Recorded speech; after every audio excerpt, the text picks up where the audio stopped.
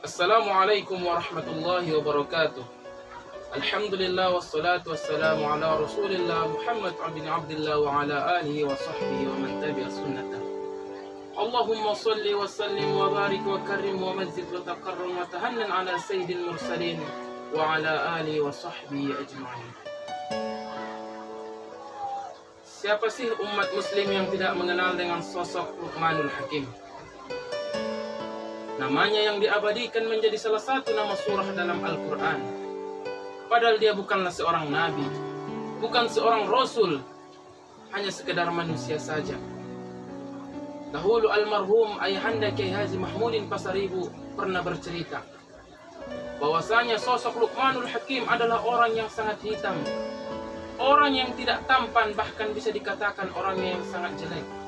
Tetapi beliau mempunyai kelebihan berbicara. Kalimatnya yang penuh dengan hikmah. Ketika beliau berkata, apabila berjumpa dengan manusia, maka manusia yang mendengarkannya tak sadar diri bahwasanya ada orang yang ingin ke kebun, membawa parang dan membawa cangkul tanpa disadari cangkul dan parangnya jatuh dari tangannya karena enaknya mendengar mutiara hikmah dari Luqmanul Hakim. Beliau sangat masyhur nasihatnya kepada anak-anaknya. Sering kita jumpai dalam ayat-ayat Al-Quran. Akan tetapi ada 4 nasihat beliau yang sangat penting untuk kita jadikan amalan, untuk kita jadikan sandaran sebagai manusia akhir zaman yang akan memotivasi kita agar selalu hidup kuat dalam menjalani hari-hari yang akan datang.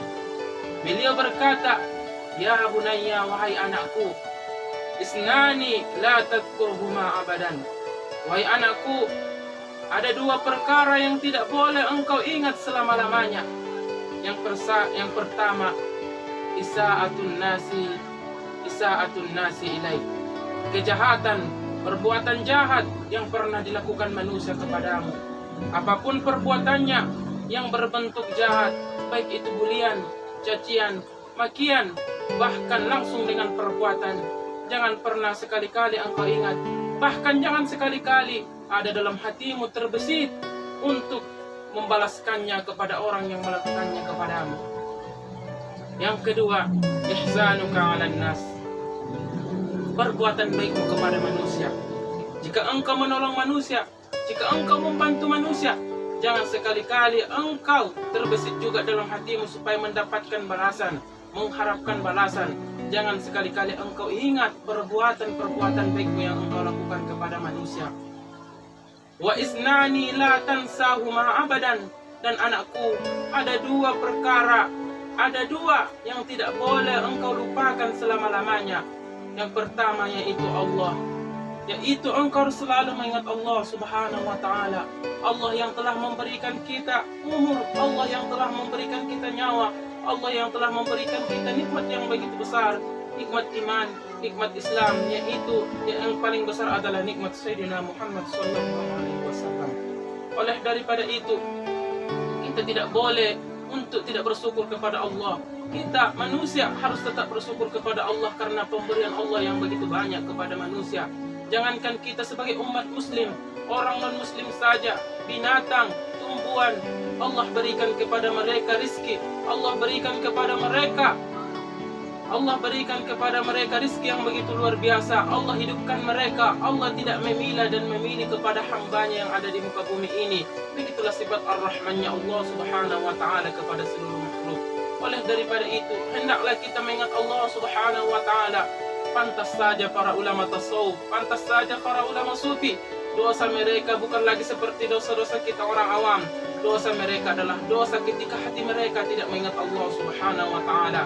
Bahkan di antara mereka ada yang mengatakan, jika kita tidak mengingat Allah, jika hati kita melupakan Allah Subhanahu wa ta'ala 1 detakan jantung saja, maka kita adalah orang yang menjadi kufur, orang kufur terhadap nikmat-nikmat yang Allah berikan kepada kita. Allah saja tidak pernah melupakan nikmat itu. Allah saja tidak pernah memberhentikan nikmat kita, nikmat membuat detak jantung kita. Masa kita melupakan nikmat pemberian Allah Subhanahu wa ta'ala. Dan yang kedua adalah yang tidak boleh engkau lupakan, wahai anakku, darul akhirah, adalah negeri akhirat. Negeri akhirat adalah negeri yang kekal. Dunia hanyalah persinggahan, akhirat adalah selamanya. Mari kita ingat-ingat akhirat. Apakah nanti kita adalah orang yang beruntung di sana? Apakah kita nanti orang yang selamat daripada mahsyar? Yang mana katanya matahari hanya sejengkal di atas kepala kita? Yang mana kita apakah selamat daripada titian siratul mustaqim? Apakah kita masuk ke dalam surganya Allah Subhanahu wa taala atau nerakanya Allah Subhanahu wa taala? Oleh daripada itu, hendaklah kita selalu mengingat negeri akhirat, karena itu akan menjadi motivasi kita untuk menjadi orang yang selamat nanti menghadap Allah Subhanahu wa taala. Oleh daripada itu, ini adalah nasihat yang begitu penting bagi kita manusia akhir zaman, agar selalu kita ingat-ingat supaya kita bisa menjadi orang yang lebih bertakwa kepada Allah Subhanahu wa taala. Tidak boleh ada dalam niat kita untuk mengingat-ingat kejahatan orang kepada kita dan kebaikan kita kepada orang.